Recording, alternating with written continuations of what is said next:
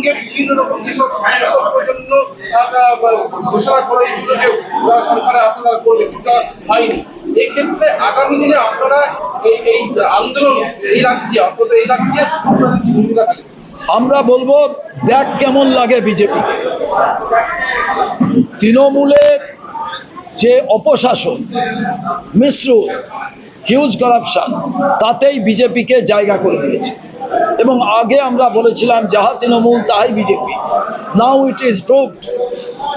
আপনি দেখুন, তৃণমূলের এখন অনেকে বলেন ভালো তৃণমূল খারাপ তৃণমূল, না, সবটাই খারাপ তৃণমূল। তার মধ্যে হচ্ছে সরকারপন্থী তৃণমূল, আর সরকারের থেকে একটু দূরে একপন্থী তৃণমূল। বিধানসভার বিরোধী দল যেটা, সেটা হচ্ছে বিজেপির শ্যাডো বিরোধী দল। এর মেকানিজম, এর ইঞ্জিনিয়ারিং, এর আর্কিটেকচারিং কন্ট্রোল বাই বিজেপি। এই গত কয়েক বছর ধরে দেখা গেছে 21শে জুলাই তৃণমূল বৃহৎ আকারে করতো, কিন্তু এবারে তো সারা সরকারে নেই এবং প্রচন্ড দুরবস্থা রয়েছে তৃণমূল, এমন থেকে অভিযোগ। সেই ক্ষেত্রে এবারে 21শে জুলাই আপনাদের কি হবে? বিগত তৃণমূল যে 21শে জুলাই করতে, তার থেকে কি এবারে কি অনেক বড় কি হবে? আপনাকে আমি বলি, আমার ভাই কংগ্রেসের পতাকা, যুব কংগ্রেসের পতাকা নিয়ে অন্যায়ের বিরুদ্ধে প্রতিবাদ করতে গেছিল। আমার ভাইয়ের বুকে গুলি করে দেওয়া হয়েছে, খুন করা হয়েছে, তার রক্ত কলকাতার রাজপথে পড়ে আছে। সেই স্মৃতিতর্পণের জন্যই আমরা শহীদ মিনারে যাব, যাতে আরও কোনো বাংলায় শহীদ তৈরি না হয়, শহীদ না কোনো স্তম্ভ তৈরি হয়। আমরা যাব, কোনো মায়ের কোল যাতে খালি না হয়, তার জন্য।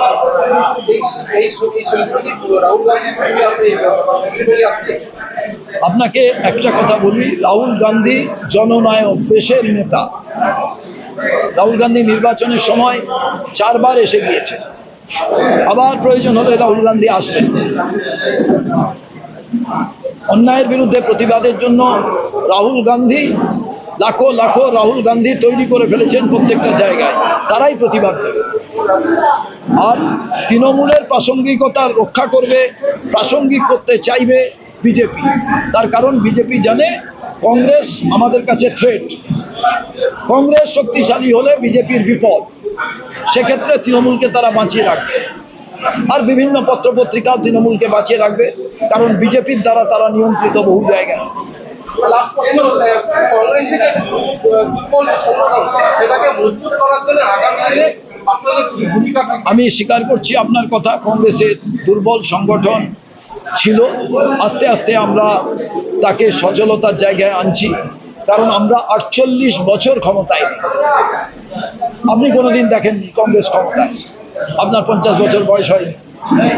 এইবার ভাবুন, 50 বছর ক্ষমতায় না থেকে পুরুলিয়ার ওপর দিয়ে হাঁটলে হাসপাতাল কার? কংগ্রেসের। ব্রিজ কার? কংগ্রেসের। স্টেডিয়াম কার? কংগ্রেসের। বামফ্রন্টের নাম খুঁজে পাবেন না, তৃণমূলের 15 বছরের নাম খুঁজে পাবেন। এবং বিজেপির যে এমপি জিতেছে, সে এই বছরে একটা গ্রিলের কারখানাও তৈরি করেনি যে তার নামটা ওখানে একটা প্ল্যাকার্ড দিয়ে লিখবে। হ্যাঁ, করতে পারে, আমাদের করা জিনিসগুলোর নাম পরিবর্তন করতে পারে।